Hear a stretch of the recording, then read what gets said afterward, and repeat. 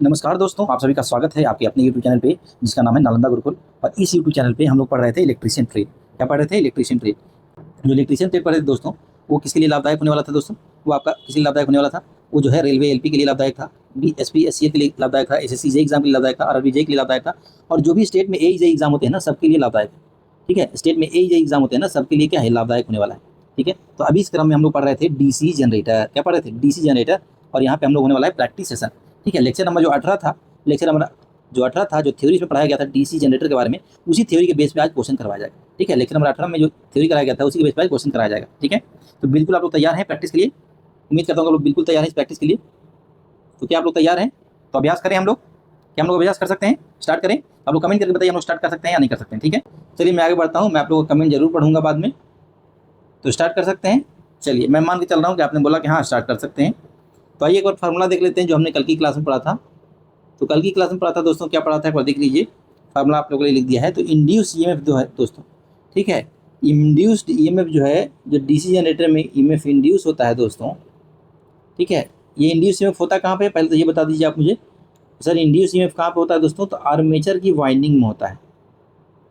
ठीक है, आर्मेचर की जो वाइंडिंग होती है ना, उसी में ईएमएफ इंड्यूस होता है। ठीक है, और आर्मेचर की बाइंडिंग का दोस्तों कनेक्शन होता है। किस प्रकार से कनेक्शन होता है दोस्तों? तो या तो लैप बाइंडिंग हो जाएगा या तो वेव बाइंडिंग हो जाएगा, है ना। आपको बताए थे कि लैप बाइंडिंग क्या है, वेव बाइंडिंग क्या है। ठीक है, आपको बताए थे क्या करना है, आपको फार्मूला याद रखना है, बस क्या याद रखना है कि लैप बाइंडिंग क्या होता है और वेव बाइंडिंग क्या होता है दोस्तों। तो बताए थे कि एक में जो होता है पैरेलल पाथ जो होता है, नंबर ऑफ पैरेलल पाथ होता है क्या, एक में जो नंबर ऑफ पैरेलल पाथ होता है दोस्तों, वो होता है ए इज इक्वल टू पी। मतलब जितना पोल होगा उतना नंबर ऑफ पैरेलल पाथ होगा। लेकिन वेव बाइंडिंग में क्या होगा? तो ए इज इक्वल टू 2 हो जाएगा दोस्तों। क्या हो जाएगा? ए इज इक्वल टू 2 हो जाएगा, फिक्स। ठीक है ना। चलिए, तो फार्मूला क्या देखे थे? फार्मूला देखे थे दोस्तों कि इंड्यूस ईएमएफ का फार्मूला हो जाएगा 5ZNP/60। फाई क्या है? तो फ्लक्स पर पोल है। फाई क्या है? तो फ्लक्स पर पोल है दोस्तों। ठीक है, जेड क्या है? तो रोटर में कुल चालकों की संख्या, कितना चालक रोटर में रखा हुआ है उसकी संख्या हो जाएगा जेड। ठीक है, एन क्या है? तो speed of rotor in RPM. तो रोटर चूंकि घूम रहा है तो उसका स्पीड, लेकिन क्या चीज मिलेंगे? तो आरपीएम मिलेंगे। ये ध्यान रखना है, आरपीएम में लेना है, रिवोल्यूशन पर मिनट में लेना है। फिर पी क्या है दोस्तों? तो पोलों की संख्या है।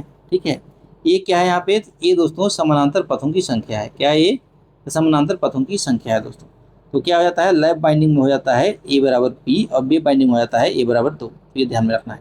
लैप बाइंडिंग की और क्या विशेषता है दोस्तों? तो लैप बाइंडिंग का इस्तेमाल कहाँ पे होता है? जहाँ पे करंट की ज़्यादा आवश्यकता होती है। तो मोर करंट मतलब अधिक धारा और लेस वोल्टेज, वोल्टेज की कम आवश्यकता होती है, कम वोल्टेज की आवश्यकता होती है। तो ये भी गुणों को याद रखेंगे। ठीक है, और वही वेव वाइंडिंग में क्या होगा दोस्तों? तो करंट थोड़ा कम होगा क्योंकि पैरेलल पाथ कम है, तो लेस करंट मोर वोल्टेज। ठीक है, मोर वोल्टेज, ये ध्यान रखना है। ठीक है, चलिए,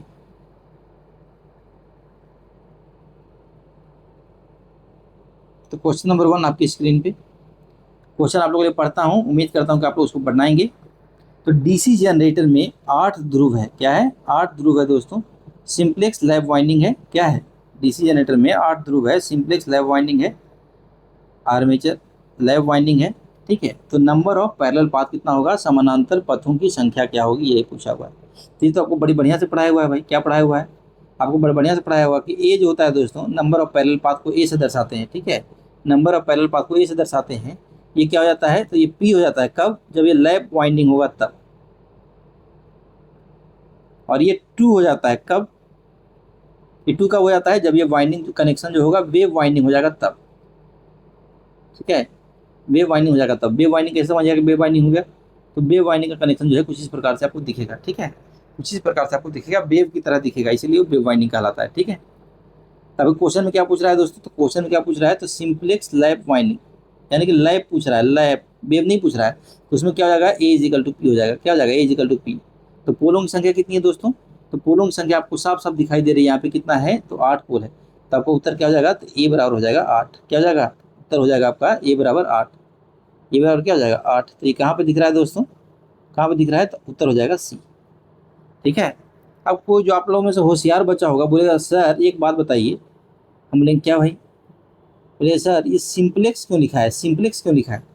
हाँ, तो देखिए यहाँ पे जब सिंप्लेक्स लिखा रहा होगा, लिखा हुआ रहेगा तो बिल्कुल जैसे हमने पढ़ाया है बिल्कुल उसी प्रकार से आपको बना देना है, ठीक है। जब सिंपलेक्स लिखा रहेगा तो क्या हो जाएगा, जैसे बताया है क्लास में वैसे ही बता देना है। जब डुप्लेक्स लिख देगा, ठीक है, यहाँ पे जब डुप्लेक्स लेफ्ट वाइंडिंग या वेव वाइंडिंग लिख देगा तो क्या हो जाएगा, दुगना हो जाएगा, ठीक है, क्या हो जाएगा, दुगना हो जाएगा। तो यहाँ पे 2 गुने 8 हो जाता है, 16 हो जाता है। अगर यहाँ पे डुप्लेक्स लेफ्ट वाइंडिंग लिख देगा तो 16 हो जाएगा, ठीक है। वैसे ही डुप्लेक्स वेव वाइंडिंग लिख देगा तो क्या हो जाएगा, पहले तो 2 होता था तो 2 से गुना करना पड़ेगा, तो 2 से गुना कर दिए तो 4 हो जाएगा। तो ये आपको ध्यान देना था, ठीक है। अगर यहाँ पे सिंप्लेक्स लिखा है तो बिल्कुल दिक्कत वाली बात नहीं, जैसा हमने पढ़ा है बिल्कुल वैसे ही है। लेकिन डुप्लेक्स गलती से लिख देगा तो क्या हो जाएगा, दुगना हो जाएगा, ठीक है। जो भी हमने पढ़ा है उसका दुगना हो जाएगा। तो ये भी ध्यान रखना है, कल के एग्जाम में अगर पूछ लिया तो आप ये नहीं बता सकते सर आपने मास्टर जी पढ़ाया नहीं, ठीक है। तो आपको फार्मूला याद कौन सा रखना है, तो याद हमेशा कौन सा रखना है दोस्तों, तो याद हमेशा रखना है कौन सा, तो यही वाला याद रखना है, A इजिकल टू P और A इजिकल टू 2। क्योंकि कुछ नहीं बोला जाएगा, कुछ जब नहीं बोला जाएगा, खाली लेफ्ट बाइंडिंग और वेव बाइंडिंग बोला जाएगा तो चुपचाप आपको यही फार्मूला इस्तेमाल करना है, ठीक है, यही फार्मूला इस्तेमाल करना है। तो उम्मीद करता हूँ समझ में आया होगा। अभी के लिए क्या उत्तर हो जाएगा, सी हो जाएगा, ठीक है। चलिए अगला क्वेश्चन बोल रहा है फ्लेमिंग का दाहिना हाथ का नियम में अंगूठा किस चीज़ को दर्शाता है। तो अगर आपने पढ़ के आया है, अगर आप लोग पढ़ के आए हैं कल की क्लास में, अगर नहीं पढ़ा तो अभी PDF खोल लीजिए, PDF में साफ साफ लिखा हुआ है, ठीक है, कि कल की क्लास में क्या पढ़ाए थे। जो फ्लेमिंग का जो है दायां हाथ जो का नियम क्या कहता है कि आप दायां हाथ को कौन सा, तर्जनी, अंगूठा और मध्यमिका, ठीक है, मतलब अंगूठा, फर्स्ट फिंगर और सेकंड फिंगर, ठीक है, अंगूठा, फर्स्ट फिंगर और सेकंड फिंगर को ऐसे फैलाइए जैसे एक दूसरे के 90 डिग्री कोण पे हो, जैसे एक दूसरे के 90 डिग्री कोण पे हो। तो थंब क्या दिखाता है दोस्तों, अंगूठा जो है क्या दिखाता है, थंब मतलब अंगूठा जो है क्या दिखाता है, तो बोलिएगा सर ये तो जो है मोशन की दिशा दिखाता है, मतलब गति किस प्रकार से होगा, ठीक है, गति का दिशा दिखाता है।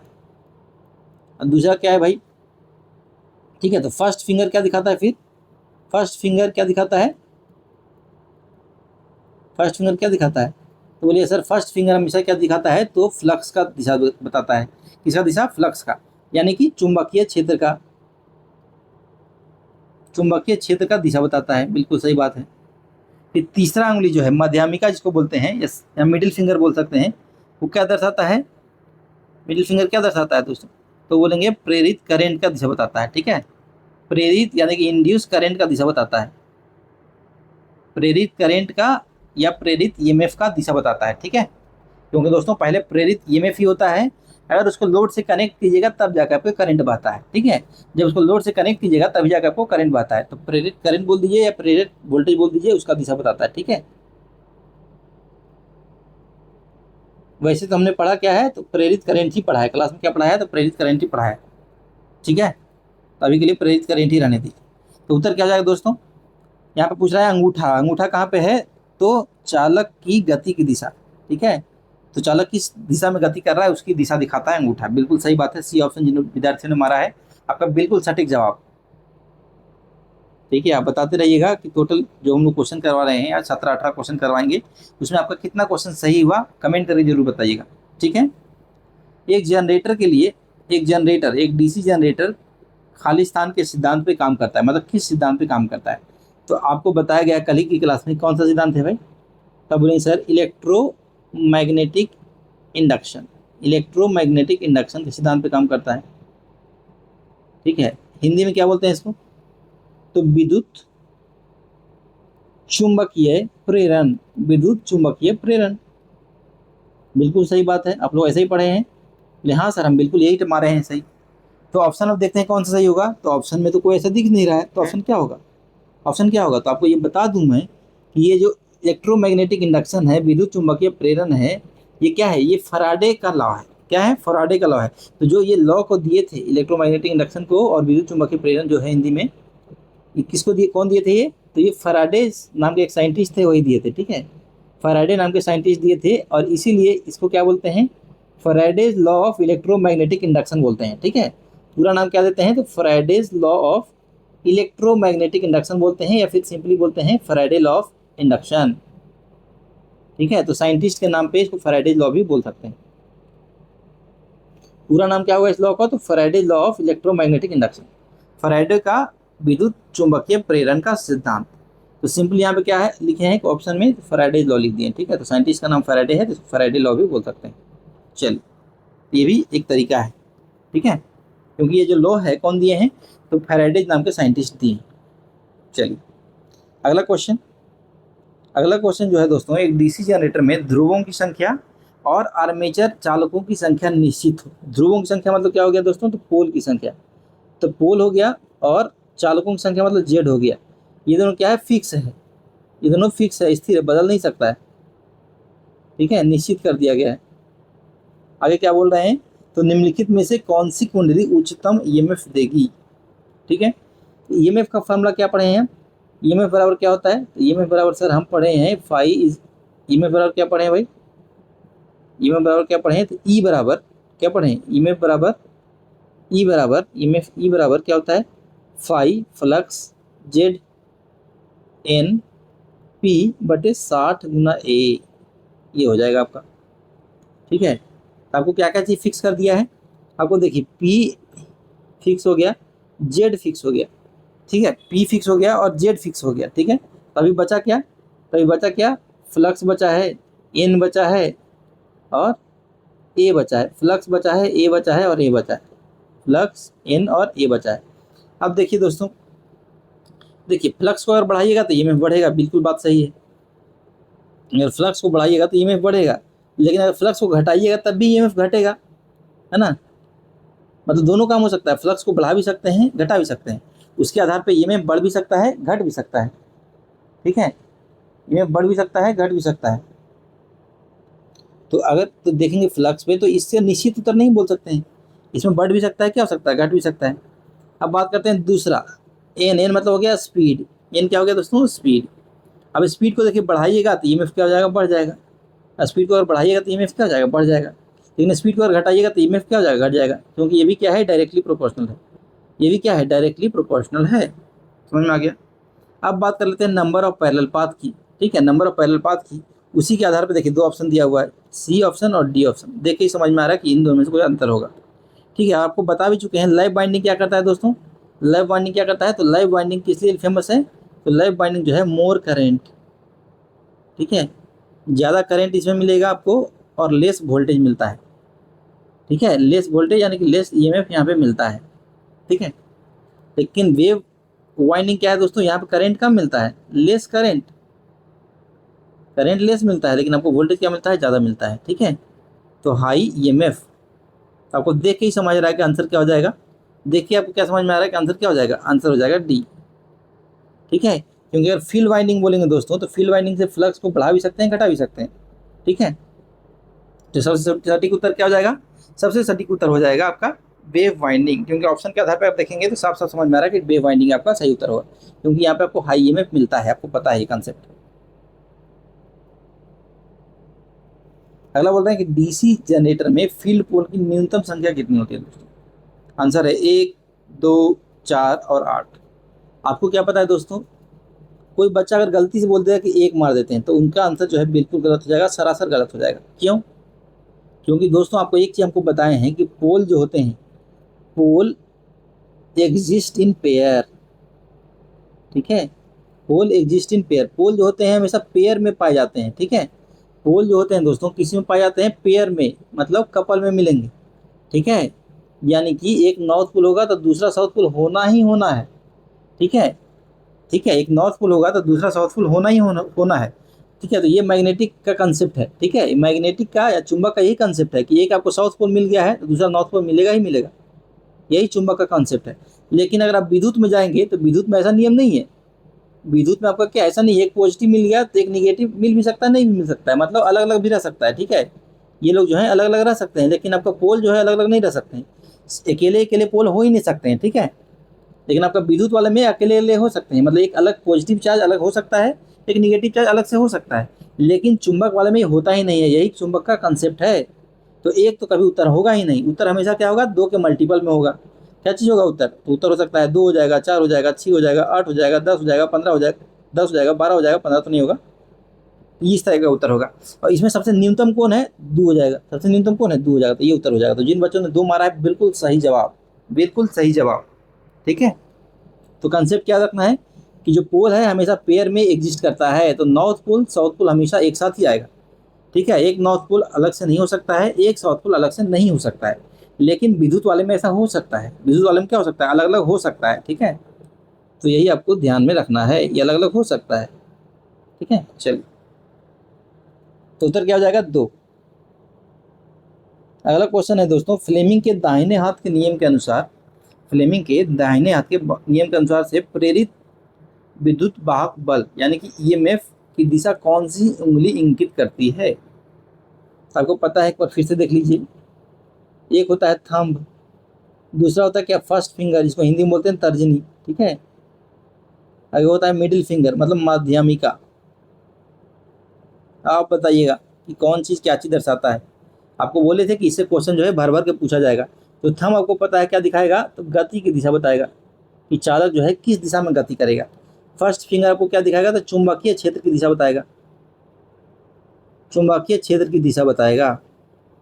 और तीसरा क्या बताएगा? तो प्रेरित करेंट दिखाएगा, प्रेरित धारा या प्रेरित ईएमएफ।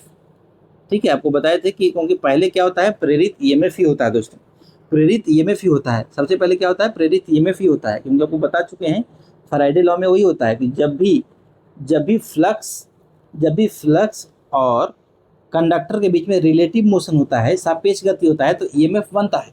ईएमएफ बनता है, सबसे पहले ईएमएफ ही बनता है। और जब वहाँ से कोई लोड जुड़ा हुआ रहता है तब जाके करंट बहता है। ठीक है, तो यही प्रेरित धारा भी हो जाएगा और यही क्या हो जाएगा? प्रेरित ईएमएफ भी हो जाएगा दोस्तों। ठीक है, क्योंकि पहले ईएमएफ बनता है फिर धारा बनता है। उत्तर क्या हो जाएगा? तो उत्तर हो जाएगा मध्यमा, मिडिल फिंगर। क्या हो जाएगा? Middle finger. चलिए, तर्जनी आपका क्या दिखा देगा भाई? तर्जनी आपको क्या दिखा देगा? तो चुंबकीय क्षेत्र दिखा देगा। ठीक है, चुंबकीय क्षेत्र दिखाएगा। अंगूठा आपको क्या दिखाएगा? तो गति का दिशा बताएगा, ये आपको पता है। ठीक है ना। चलिए, और रिंग फिंगर क्या है? ये सब तो गलत है। ठीक है, ये सब तो आता ही नहीं है। अगला जो है, ऊर्जा रूपांतरण में कौन सा कार्य डीसी जनरेटर द्वारा किया जाता है? तो आपको कल की क्लास में बहुत सुंदर तरीके से इसको बताए थे, हमको याद आ रहा है।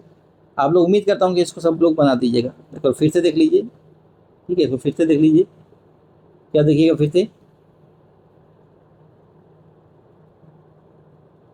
आपको क्या बताए थे भाई कि आपको यहाँ पे क्या बोला? डीसी जनरेटर, कोई भी जनरेटर हो, डीसी जनरेटर जरूरी नहीं है, कोई भी जनरेटर हो दोस्तों। ठीक है, डीसी जनरेटर जरूरी नहीं है, कोई भी जनरेटर हो। आप ऐसे पकड़िए, डीसी जनरेटर पकड़ने की आवश्यकता यहाँ पे नहीं है। कोई भी जनरेटर हो उसको क्या करना पड़ेगा दोस्तों? उसको घुमाना पड़ेगा, ये जान लीजिए। कोई भी जनरेटर हो उसको घुमाना जरूरी है। अगर आप हाथ से घुमा देती है तो बहुत बढ़िया बात है, लेकिन हाथ से उतना देर तक कौन घुमाएगा? इसलिए क्या घुमाते हैं? इसको जो है कोई मोटर वगैरह से जोड़ देते हैं। ठीक है, कोई मोटर वगैरह से जोड़ देते हैं ताकि घूम सके। ठीक है, यानी कि मैकेनिकल इनपुट देते हैं, मैकेनिकल इनपुट देते हैं यानी कि यांत्रिक इनपुट देते हैं। और ऐसा कीजिएगा तो क्या मिल जाएगा? फिर इलेक्ट्रिकल आउटपुट मिल जाएगा, इलेक्ट्रिकल आउटपुट मिल जाएगा, मतलब विद्युत आउटपुट मिल जाएगा। तो यही मोटर का सिद्धांत है भाई, है ना, यही मोटर का सिद्धांत है। सॉरी, जनरेटर का ये सिद्धांत है। जनरेटर मतलब क्या है? विद्युत आउटपुट मिलेगा, ये फिक्स है। ठीक है, और आपको घुमाना होगा इसको, ये भी फिक्स है। तो आपको जनरेटर का समझ में आ गया। वैसे मोटर का रहेगा तो उल्टा हो जाएगा। मोटर हमेशा क्या करता है? बिजली खाता है। आपको पता है आपके घर में मोटर लगा हुआ है, समरसेबल पंप लगा हुआ है। ठीक है, तो क्या करता है? बिजली खाता है, मतलब बिजली इसका इनपुट हो जाएगा। और क्या करता है? वो घुमा के देता है। मोटर क्या करता है? घुमा देगा, और घुमाने से क्या होगा? पंप के थ्रू पानी जो है ऊपर आ जाएगा। तो उसका आउटपुट क्या हो गया? उसका आउटपुट हो गया यांत्रिक आउटपुट, यानी कि मैकेनिकल आउटपुट। तो यही बात को समझना है, जनरेटर बिजली देता है, मोटर बिजली खाता है। इसका उत्तर क्या हो जाएगा? इसका उत्तर हो जाएगा सी। चलिए, निम्न किन कथनों पर जनरेटर का विद्युत वाहक बल निर्भर करता है? तो कल का जो फॉर्मूला बताए थे वही काम आने वाला है। तो ईएमएफ जो होता है, इंड्यूस ईएमएफ, ई से दर्शाते हैं। क्या होता है? 5ZNP/60A। अब यहाँ पे कौन सा चीज़ क्या होता है, आप करके मुझे एक एक करके बताइए। मेरे साथ दोहराइएगा, मेरे साथ जरूर दोहराइएगा। हम बोलेंगे, अभी तो आप लोग हैं नहीं तो मैं लिखता हूँ। फ्लक्स क्या है दोस्तों? तो फाई क्या है दोस्तों? तो फ्लक्स पर पोल है, फ्लक्स पर पोल है। ठीक है, एक पोल में कितना फ्लक्स होगा वो है, ये वेबर में होगा दोस्तों। इसका यूनिट क्या चीज में होगा? वेबर में होगा। जेड क्या है दोस्तों? तो कुल कुल कंडक्टर की संख्या होगी, तो चालकों की संख्या हो जाएगा। रोटर में कितना चालक है उसकी संख्या हो जाएगा दोस्तों। ठीक है, तो रोटर में कितना संख्या है कंडक्टर का, उसकी वो हो जाएगा जेड। उसके बाद क्या है? एन क्या है दोस्तों? तो रोटर का स्पीड है, किसका है? रोटर कितना स्पीड है, लेकिन किस में होगा? इसको नापना है आरपीएम में, मतलब रिवोल्यूशन पर मिनट में इसको नापना है।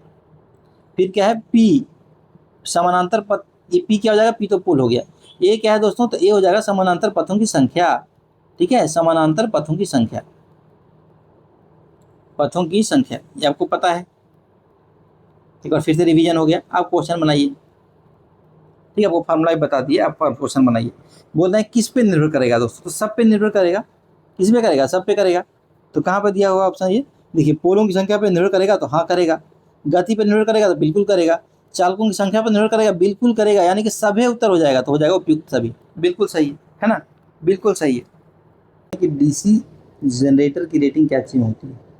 ठीक है, तो डीसी जनरेटर की रेटिंग क्या चीज होती है दोस्तों, तो जनरेटर की रेटिंग जो होती है दोस्तों क्या चीज़ में होती है, जनरली आपको किलोवाट में मिलेगी। ठीक है, किलोवाट में मिलेगी, मेगावाट में मिलेगी, तो इस तरीके से आपको मिलेगी। ठीक है, वाट में मिलेगी, किलोवाट में मिलेगी, मेगावाट में मिलेगी, इस तरीके से मिलेगी। तो आपको यहाँ पे किलो वाला भी ऑप्शन दिया हुआ, तो आपको क्या हो जाएगा उत्तर, किलोवाट हो जाएगा दोस्तों। ठीक है, जनरेटर कोई भी हो उसका रेटिंग क्या चीज़ मिलेगा, इसी तरीके से मिलेगा। ठीक है, तो उत्तर क्या चीज़ हो जाएगा, तो किलोवाट उत्तर हो जाएगा। बाकी ऑप्शन एक बार देख लेते हैं, बाकी ऑप्शन का क्या उत्तर होगा संभवतः। तो पहला ऑप्शन जो है दोस्तों केवीए, ये किसका रेटिंग है, तो ये ट्रांसफार्मर का रेटिंग है। एक ट्रांसफार्मर का रेटिंग हमेशा केवीए में होता है, ये ध्यान रखना है। ठीक है, अगला जो है एचपी, दोस्तों ये मोटर का हमेशा एचपी में होता है दोस्तों, जो मोटर होता है हमेशा एचपी में रेटिंग होता है। अब ये लिखा हुआ है के एच, मतलब किलो हेनरी। ये दोस्तों इंडक्टर का रेटिंग जो होता है वो हेनरी में होता है, और यहाँ पे किलो हेनरी लिखा हुआ, तो ये इंडक्टर का हो जाएगा। आपको सबका आंसर मिल गया। ठीक है, तो किलो वाट मेगावाट ये सब किसका है, तो जनरेटर का है, ध्यान रखिएगा। अगला क्वेश्चन जो है दोस्तों, जनरेटर का ब्रश घर्षण गुणांक का अधिकतम मान क्या होगा दोस्तों। तो ये दोस्तों आपको याद करने वाला वैल्यू जो है, तो आपको याद करना है इस क्वेश्चन को। इस क्वेश्चन में उत्तर क्या हो जाएगा, तो 0.35 होता था दोस्तों। तो यहाँ पे देखिए आप लोग लिख दिए हैं क्या क्या चीज़ याद रखना है। तो डीसी जनरेटर जो होता है उसका ब्रश का घर्षण गुणांक कितना होता है दोस्तों, 0.35 होता है। ठीक है, अधिकतम इसका ये मान होता है, मैक्सिमम।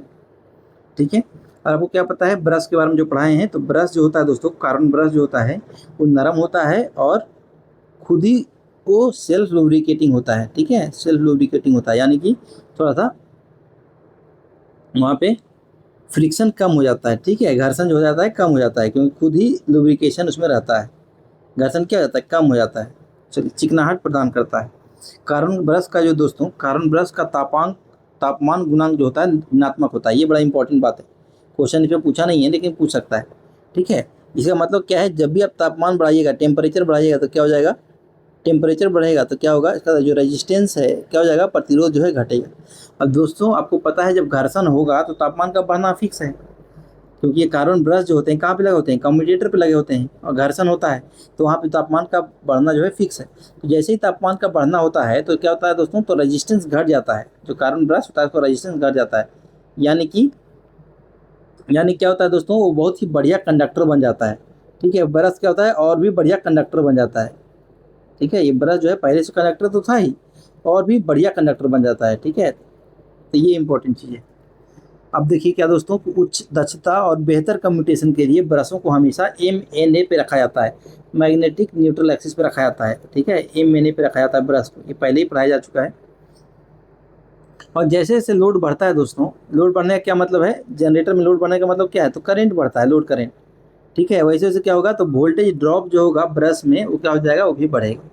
ठीक है, तो ब्रश में जो वोल्टेज ड्रॉप होगा दोस्तों वो भी क्या हो जाएगा, बढ़ेगा। चलिए अगला क्वेश्चन।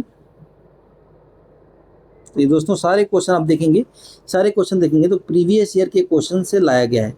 सारे क्वेश्चन जो है प्रीवियस ईयर के क्वेश्चन से लाया गया है, ताकि आपको बढ़िया से बढ़िया प्रैक्टिस हो सके।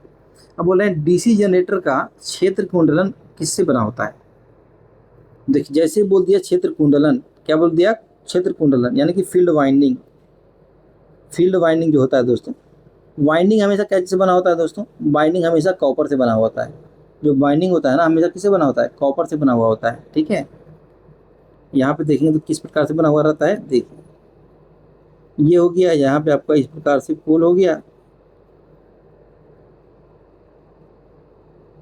इस प्रकार से आपको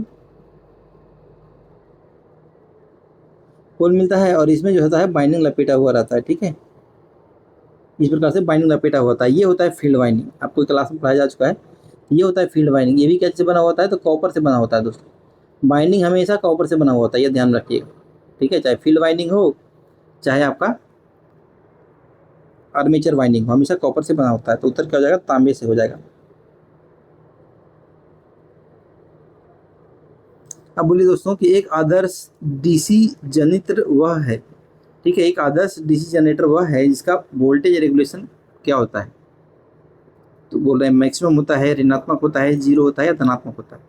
अब दोस्तों देखिए, जब भी यहाँ पे वर्ड दे दिया क्या, आदर्श, आदर्श या आइडियल, आइडियल मतलब समझ रहे हैं एकदम बहुत ही बढ़िया, ठीक है, बहुत ही बढ़िया। तो बढ़िया के लिए क्या होता है दोस्तों, हमेशा वोल्टेज रेगुलेशन जीरो हो जाएगा, ठीक है, वोल्टेज रेगुलेशन क्या हो जाएगा, जीरो हो जाएगा हमेशा। बढ़िया जब चाहिए तो आपको वोल्टेज रेगुलेशन हमेशा क्या होना चाहिए, जीरो होना चाहिए, जब भी आपको बढ़िया चाहिए तो, ठीक है। तो वोल्टेज रेगुलेशन कैसा होना चाहिए, आइडियली तो हमेशा जीरो होना चाहिए। अब वोल्टेज रेगुलेशन होता क्या है पहले वो जान लीजिए। वोल्टेज रेगुलेशन दोस्तों ये होता है कि नो लोड वोल्टेज, ठीक है, नो लोड वोल्टेज घटाओ full load voltage divided by full load voltage, ठीक है, no load voltage subtracted by full load voltage divided by full load voltage. ये जो वोल्टेज आएगा ना, ये आपका क्या हो जाएगा, तो ये आपको वोल्टेज रेगुलेशन हो जाएगा, ठीक है, वोल्टेज रेगुलेशन हो जाएगा। अब इसको 100 से गुना कर दीजिए तो क्या हो जाएगा, ये परसेंटेज वोल्टेज रेगुलेशन हो जाएगा, ठीक है। तो ये फार्मूला भी आप ध्यान में रख सकते हैं, क्या हो जाएगा, no load voltage minus full load voltage divided by full load voltage, ठीक है। अब नो लोड पे दोस्तों, जब नो लोड पे वोल्टेज होता है, जनरेटर के बारे में बात करते हैं, डीसी जनरेटर के बारे में, इसका आंसर तो फिक्स है कि जीरो आ गया, क्योंकि आदर्श के बारे में बात कर रहा है, ठीक है। तो डीसी जनरेटर में जब बात करेंगे तो नो लोड वोल्टेज क्या होता है दोस्तों, नो लोड वोल्टेज आपका ई के बराबर होता है, इंड्यूस ईएमएफ के बराबर होता है, ठीक है। वही फुल लोड वोल्टेज दोस्तों ये वी होता है, क्या होता है, वी होता है। ये वो वोल्टेज है जो आपको टर्मिनल पे मिलता है, ठीक है, टर्मिनल पे मिलता है। ये सब कंसेप्ट को बाद में भी देखेंगे, अभी बस समझ लेते हैं। तो परसेंटेज रेगुलेशन क्या हो जाएगा दोस्तों, परसेंटेज रेगुलेशन क्या हो जाएगा, तो ई माइनस भी बटे वी हो जाएगा दोस्तों, ई माइनस वी बटे वी गुने 100 हो जाएगा। अभी बोल रहे हैं क्या हम लोग कि आदर्श ट्रांसफार्मर के लिए, सॉरी आदर्श जनरेटर के लिए वोल्टेज रेगुलेशन जीरो होना चाहिए, ठीक है। तो आदर्श कहीं पे भी रहे, चाहे ट्रांसफार्मर रहे, चाहे डीसी मशीन रहे, कोई भी डीसी मोटर हो चाहे जनरेटर हो, उसमें क्या होगा, वोल्टेज रेगुलेशन हमेशा जीरो होना चाहिए। आदर्श के बारे में बात कर दिया इसीलिए, ये जो आदर्श या आइडियल लिख दिया ना, इसके लिए जीरो हो जाएगा। तो अगर वोल्टेज रेगुलेशन जीरो करना है तो इसको जीरो करना पड़ेगा, है ना। तो ई बराबर भी हो जाएगा, मतलब इंड्यूस ईएमएफ और टर्मिनल वोल्टेज क्या हो जाएगा, बराबर हो जाएगा, तभी ऐसा हो पाएगा, ठीक है। तो आदर्श जो जनरेटर होता है उसमें ये होता है, ठीक है, ये होता है, यानी कि आदर्श आदर्श डीसी जनरेटर बोलने का मतलब क्या है, वहाँ पे कोई रेजिस्टेंस नहीं होगा, सब क्या होगा, जीरो होगा, ठीक है। इसका उत्तर क्या हो जाएगा दोस्तों, इसका उत्तर हो जाएगा 0। अगर आपको नहीं भी आता है, मानिए फार्मूला नहीं आता, कंसेप्ट नहीं आता, तो भी समझिए ये जो आदर्श वर्ड दे दिया ना, इसका यूज़ करके ही आप आंसर ला सकते हैं। खाली आपको जानना क्या है कि वोल्टेज रेगुलेशन जो है होना चाहिए कि नहीं होना चाहिए। तो वोल्टेज रेगुलेशन जो है खराब चीज़ है, ठीक है, खराब चीज़ है, ये वोल्टेज क्या कर देता है, कम कर देता है।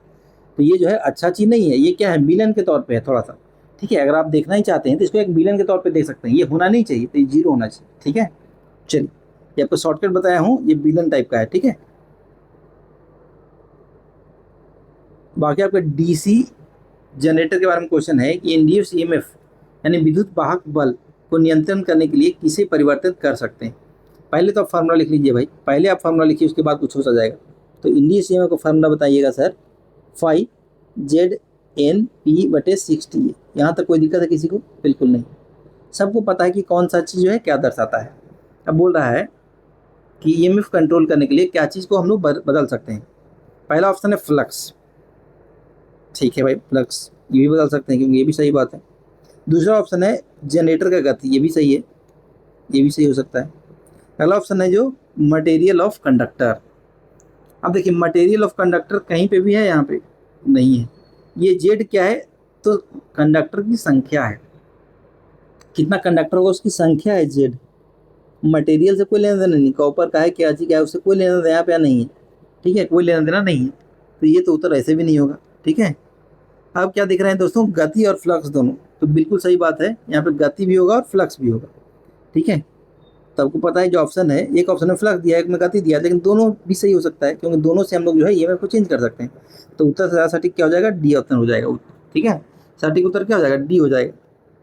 चलिए, ये वाला तो कभी नहीं होगा, ठीक है ना, क्योंकि यहाँ पे जो है जेड है, क्या है, चालक की संख्या है, ठीक है, चालक का मटेरियल क्या है, कॉपर है कि एल्युमिनियम है, उस पर कोई निर्भर नहीं कर रहा है यहाँ। अगला क्वेश्चन आता है, लैप बाइंडिंग की तुलना में वेव बाइंडिंग में जनरेटर का विद्युत वाहक बल क्या होगा, ज़्यादा होगा या कम होगा। ये आपको पता है, ये आपको पता है, आप लोग बताइए। मैं आप लोगों के लिए टेबल में भर देता हूँ आपको, देखिए दोस्तों, अब देखिए, एक होता है लैप वाइंडिंग, एक होता है वेव वाइंडिंग। ठीक है, लैप वाइंडिंग, एक होता है वेव वाइंडिंग। ठीक है ना, एक होता है लैप वाइंडिंग, एक होता है वेव वाइंडिंग। इसमें क्या क्या चीज देखना है दोस्तों, एक होता है नंबर ऑफ पैरेलल पाथ देखना है, ये मतलब क्या होता है, नंबर ऑफ पैरेलल पाथ। ठीक है, और दूसरा क्या है, ब्रशों की संख्या, ब्रश कितना लगेगा वो। ठीक है, और इसका जो है प्रयोग क्या चीज में होगा, यूज क्या चीज में होगा। अब देखिए दोस्तों, सबसे पहले हम लोग लैप बाइंडिंग के बारे में बात करते हैं। तो लैप बाइंडिंग में ए जो होता है दोस्तों, पी के बराबर होता है, मतलब कितना पोल है उतना ही यहाँ पे नंबर ऑफ पैरेलल पाथ होगा, यानी कि पैरेलल या समानांतर पथों की संख्या होगा। ब्रश भी कितना हो जाएगा, उतना ही हो जाएगा, ब्रश भी हो जाएगा पी के बराबर। और चूंकि यहाँ पे दोस्तों, यहाँ पे क्या होगा, पथों की संख्या जो होगा पोल के बराबर होगा। और पोल क्या हो सकता है, तो पोल हो सकता है 2, हो सकता है 4, हो सकता है 6, हो सकता है, मतलब पोल कितना भी हो सकता है, तो ज़्यादा भी हो सकता है 2 से। ठीक है, तो इसका एप्लीकेशन जो है, इसका प्रयोग कहाँ पे करते हैं, जब ज़्यादा करंट रहता है, जब आपको करंट ज़्यादा चाहिए तो इसका प्रयोग करेंगे। ठीक है, तो अधिक करंट, ठीक है, अधिक करंट आपको जब चाहिए तब इसका प्रयोग करेंगे, अधिक करंट और कम वोल्टेज, कम वोल्टेज चाहिए तब इसका प्रयोग होगा। ठीक है, वैसे वेव बाइंडिंग का प्रयोग में क्या देखेंगे, यहाँ पे जो ए होगा वो 2 के बराबर होगा, वैसे ब्रश जो होगा 2 के बराबर होगा। और यहाँ पे इस्तेमाल इसका क्या चीज़ में होगा, तो यहाँ पे जो है कम करंट, करंट कम और वोल्टेज ज़्यादा।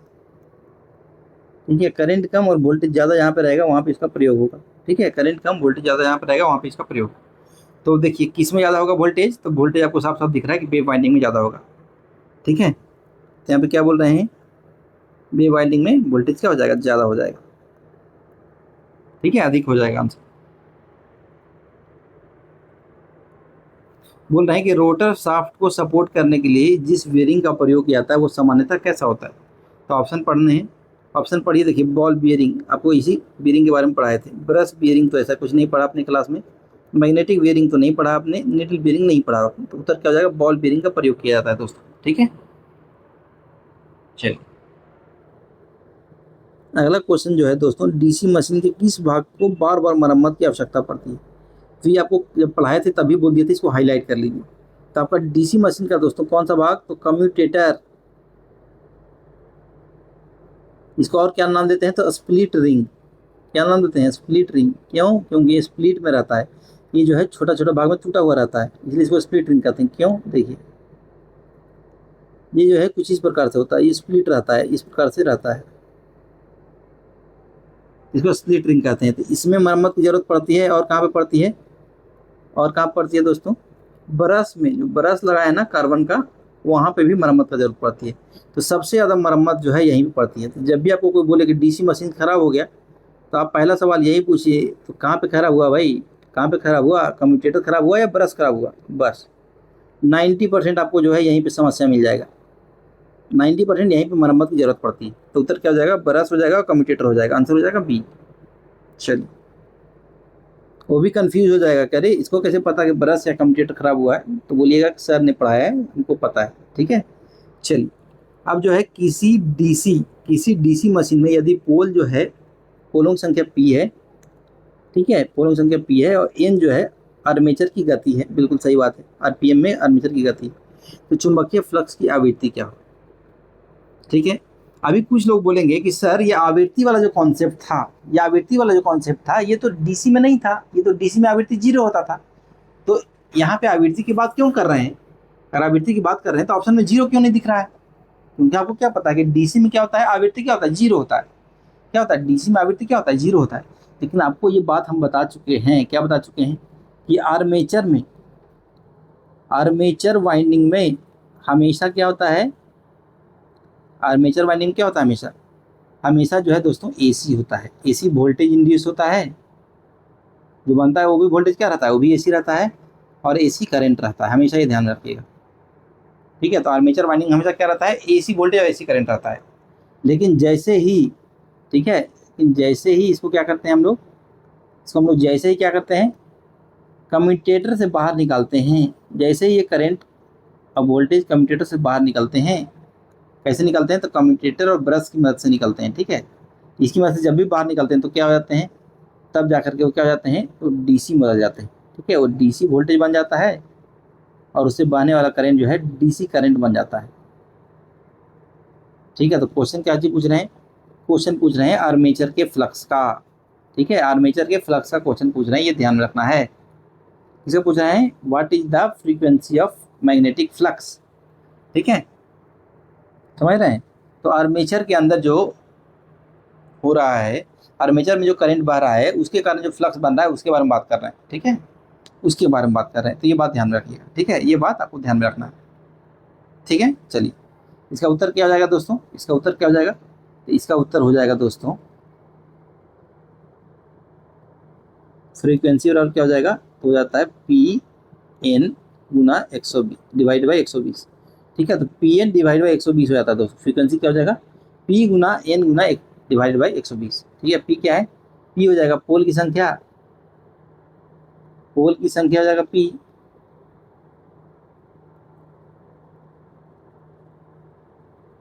एन क्या हो जाएगा, तो स्पीड इन आरपीएम हो जाएगा दोस्तों, स्पीड इन आरपीएम हो जाएगा, और 120 तो एक संख्या है। ठीक है, ठीक है, चलिए ठीक है, चलिए तो ये आपको याद होना चाहिए, ये आपको याद होना चाहिए।